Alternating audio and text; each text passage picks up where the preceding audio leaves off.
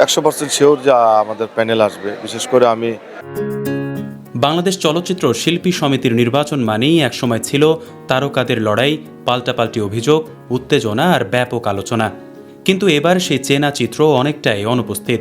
দীর্ঘদিন সংগঠনের নেতৃত্বে থাকা মিশা সওদাগর ও মনোয়ার হোসেন ডিপজল নির্বাচনে না থাকায় এবারের ভোটকে অনেকেই বলছেন তারকাবিহীন তারকাদের নির্বাচন।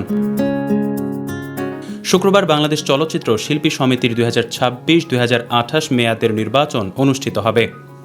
বাংলাদেশ চলচ্চিত্র উন্নয়ন কর্পোরেশন বিএফডিসি প্রাঙ্গণে সকাল 9টা থেকে সন্ধ্যা 6টা পর্যন্ত ভোট গ্রহণ চলবে। জাতীয় নির্বাচনেও এতটা উৎসব আনন্দ হয় না, কারণ হচ্ছে সারা বাংলাদেশের মানুষ আমাদের ফিল্মের শিল্পী সমিতি নির্বাচনের দিকে তাকায় থাকে। আর এই জন্যে এখন আমি আসি, আমার খুব ভালো লাগতেছে, অনেক অনেক আনন্দ, ঈদের মতো একটা উৎসব। এবার দুটি পূর্ণাঙ্গ প্যানেল প্রতিদ্বন্দ্বিতা করছে।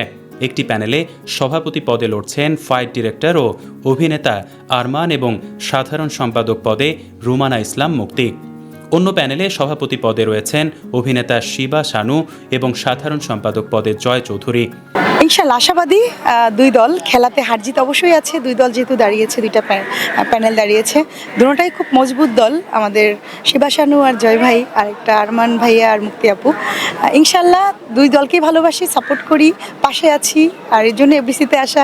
দুই দল হইতে এক দল অবশ্যই হবে, পাশে থাকবো, দুনো দলের পাশে থাকবো। আমিও ওই ইসি মেম্বারে দাঁড়িয়েছি। তো আমার সাথে তো এফডিসির প্রায় 120-এর উপরে আর্টিস্টরা কাজ করেছে বিভিন্ন বয়সের, বহুদিন যাবৎ। তো ওদেরও চাওয়া ছিল যাতে আমি একটা পোস্টে দাঁড়াই।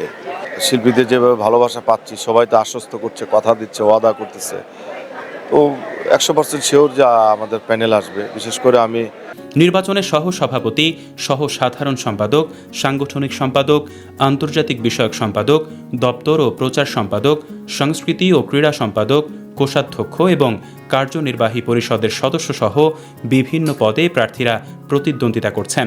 পাশাপাশি সংস্কৃতি ও ক্রীড়া সম্পাদক পদে স্বতন্ত্র প্রার্থী হিসেবে লড়ছেন ইউসুফ খান।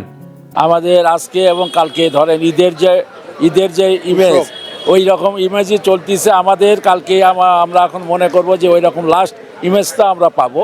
ঈদ না, ঈদ তো ওটা আরেকটা জিনিস, ঈদের মতন ইমেজটা আমাদের কালকেই শেষ হয়ে যাবে। ভাগ্য পরীক্ষা, কে আমাদের আনন্দ ছিনে নিয়ে আসবে আমাদের শিল্পী সমিতির নির্বাচনে, এটা একমাত্র উপরওয়ালাই বলতে পারবে। এবং আমরাও চেষ্টা করব আমাদের মনের ভিতরে আছে কাকে আমরা নিয়ে আসব, এবং সে যদি আসে তাহলে আমিও খুব আনন্দিত হব। আর যদি মনে করেন যে যদি আমার মনের মতন প্রার্থীকে যদি না নিয়ে আসি, তাহলে একটু হলো একটু মনটা একটু খারাপ লাগবে।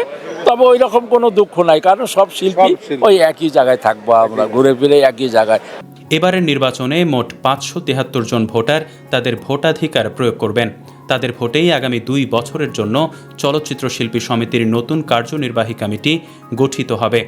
উভয় প্যানেল আমাদের কাছে এই বিষয়ে আপত্তি করেছে। তারা ম্যানুয়ালি এই ভোট গণনার জন্য তারা প্রস্তাব দিয়েছে। যদিও ম্যানুয়াল একটি একটি করে ব্যালট শিট গুনতে হবে, তো যত দ্রুত পারি আমরা তত তত তাড়াতাড়ি আমরা যে রেজাল্ট দেওয়ার চেষ্টা করব। আর এইবার ভোটার সংখ্যাও কিন্তু অনেক বেশি, 573, এবং সেইটা যে ভোর তো অবশ্যই হবে, এবং সেইটা আমরা চেষ্টা করব যে ভোরের মধ্যে দিতে পারলেও আমরা হ্যাপি, কিন্তু সেটা যেন দুপুর না গড়িয়ে যায়, সেটাই আমরা চেষ্টা করব।